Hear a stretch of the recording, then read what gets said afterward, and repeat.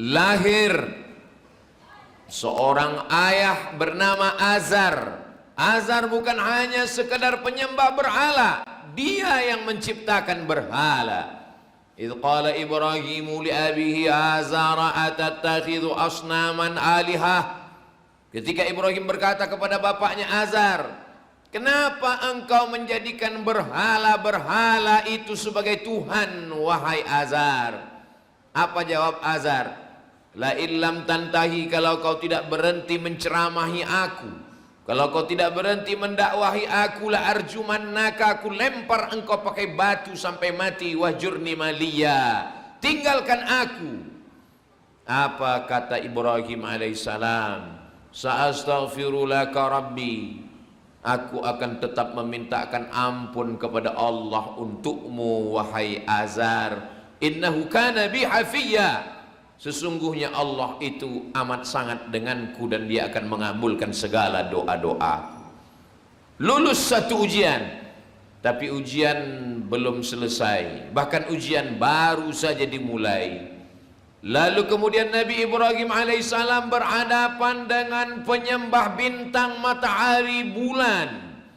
Mereka mengakui bahwa nasibnya diatur oleh bintang gemintang. Ada orang mengatakan Nabi Ibrahim mencari Tuhan. Falamma ra'al qamara bazighan qala hadza rabbi. Ketika Nabi Ibrahim melihat bulan mengatakan ini adalah Tuhan. Falamma afala qala la uhibbul afilin. Ketika bulan hilang saat matahari terbit, aku tidak suka kepada bulan yang sudah menghilang. Falamma ra'asy syamsa bazighatan qala hadza rabbi hadza akbar. Ketika dia melihat matahari muncul, ini Tuhan, ini lebih besar. Ibrahim alaihissalam tidak mencari Tuhan karena dia nabi. Sebenarnya Nabi Ibrahim alaihissalam sedang mengajarkan kepada umatnya bahwa matahari, bulan, bintang gemintang bukan Tuhan, tapi makhluk ciptaan Allah subhanahu wa ta'ala.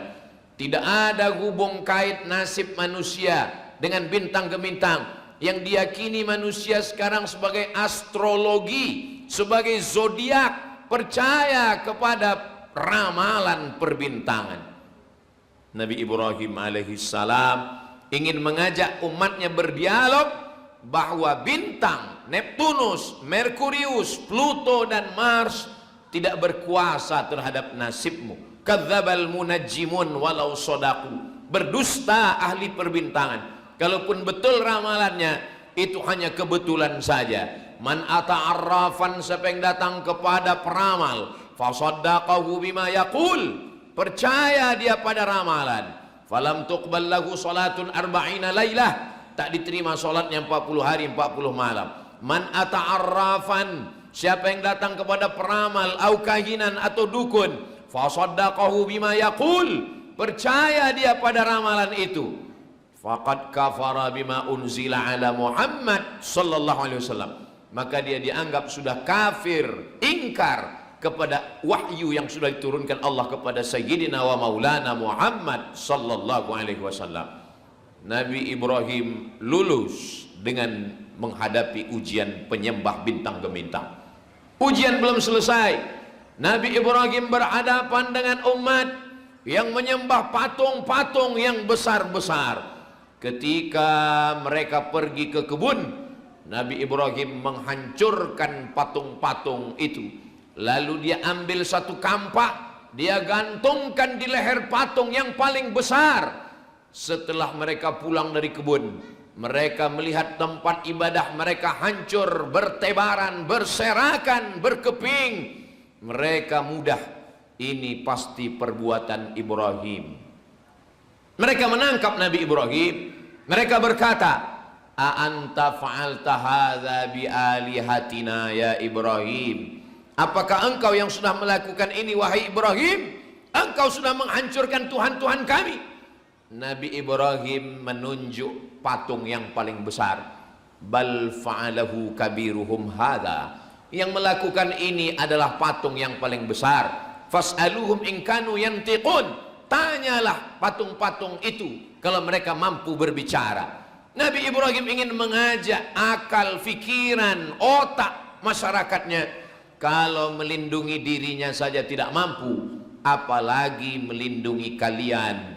Tapi yang namanya manusia, kalau dia kalah dengan argumentasi, kalah dengan otak, dia akan gunakan ototnya.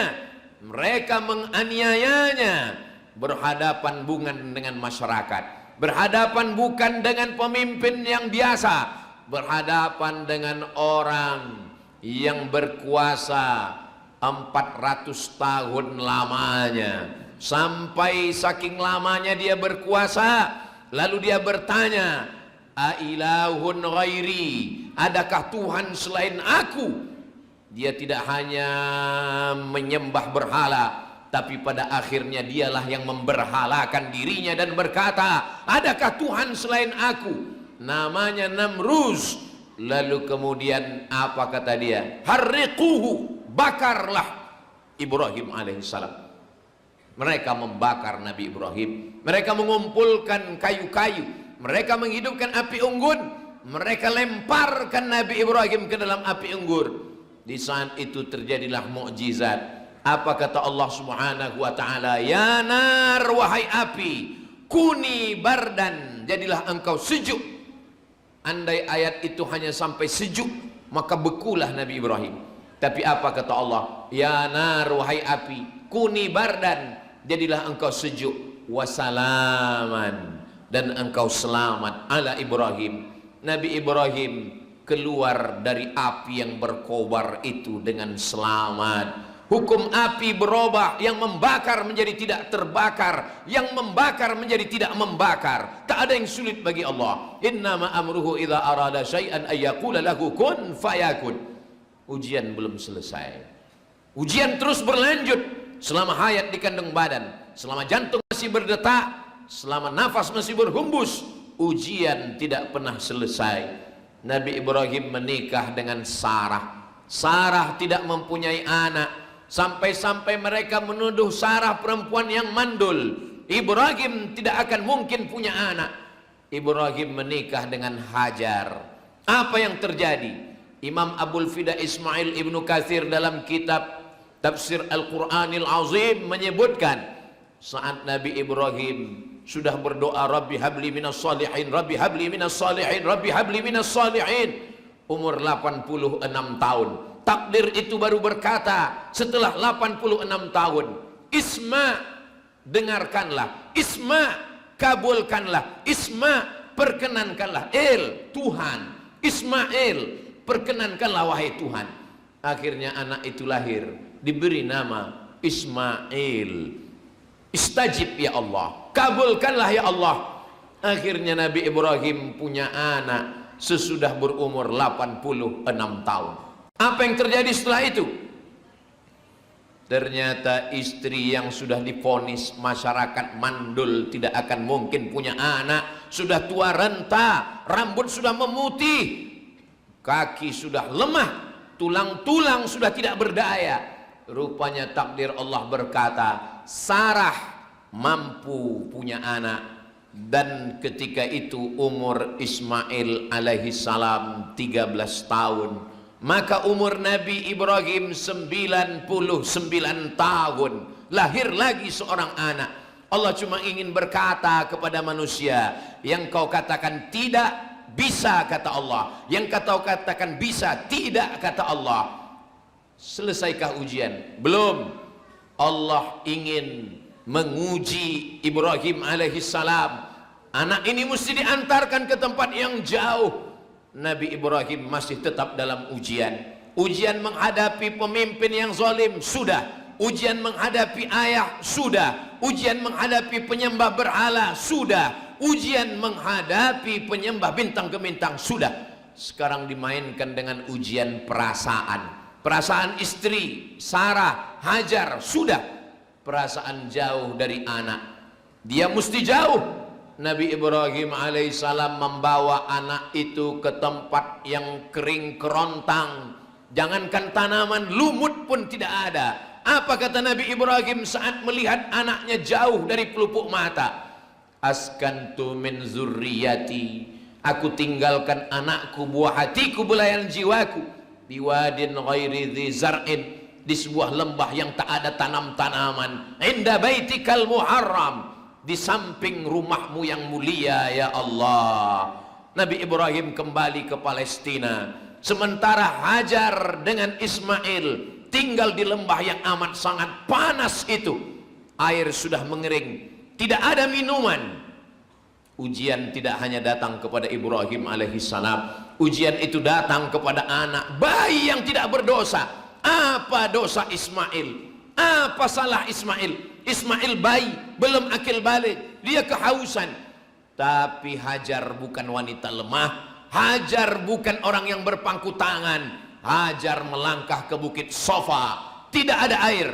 Ke bukit Marwah, tidak ada air. 500 meter dia pergi berjalan, ternyata air itu bukan datang dari tumit kaki yang berjalan. Air tidak keluar dari tumit kaki yang melangkah. Air tidak memancar dari tumit kaki yang berlari. Air itu keluar dari tumit kaki bayi yang belum bisa berdiri. Di saat Hajar sudah kembali dari bukit Sofa, dia kembali dari bukit Marwah, dia lihat air keluar dari tumit anaknya Ismail alaihissalam. Apa kata Hajar? Zamzam, zamzam, berkumpullah wahai air, berkumpullah wahai air. Allah ingin mengajarkan kepada kita, jangan sangka ujian itu hanya datang pada orang yang dewasa. Anak kecil pun diuji. Jangan katakan ujian itu datang pada laki-laki yang gagah perkasa. Perempuan yang lemah pun diuji. Padahal suaminya Nabi, padahal anaknya Nabi, dia tidak mengenadahkan tangan ke atas langit. Hajar tidak meneteskan air mata. Dia berjalan, dia berusaha, dia berlari. Walaupun air itu tidak ada di bukit Sofa, air itu tidak ada di bukit Marwah, air itu ada di tumit anak kaki kecil yang belum pandai berjalan. Selesaikah ujian? Belum. Ujian masih terus. Falamma balagha ma'ahu sa'ya, ketika sudah sampai usia remaja, Nabi Ibrahim bermimpi, ya bunayya, wahai anakku, wahai kesayanganku, inni ara fil manam, aku lihat dalam mimpiku, anni azba'uka, aku menyembelih lehermu, fanzur madza tara, apa pendapatmu wahai anakku. Sekarang di waktu yang sama, dua manusia sedang diuji. Ayahnya bernama Ibrahim, anaknya bernama Ismail, istrinya bernama Hajar. Hajar yang mengandung, Hajar yang melahirkan, Hajar yang menyusukan, Hajar yang membesarkan. Tapi ujian ini akan terus datang silih berganti. Ketika Nabi Ibrahim alaihissalam sudah membawa anaknya ke atas bukit Jabal Qurban, watallahu lil jabin, pisau itu sudah terasa dinginnya, sejuknya di kulit leher Ismail.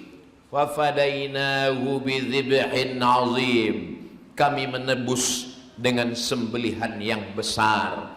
Ibrahim, Ismail, Sarah, Hajar, Ishak bukan hanya seorang yang lulus ujian, tapi keluarga yang lulus ujian. Itulah kenapa nama mereka kita sebut kama sallaita ala Ibrahim wa ala ali keluarga Ibrahim, kama barakta ala sayyidina Ibrahim wa ala ali sayyidina Ibrahim.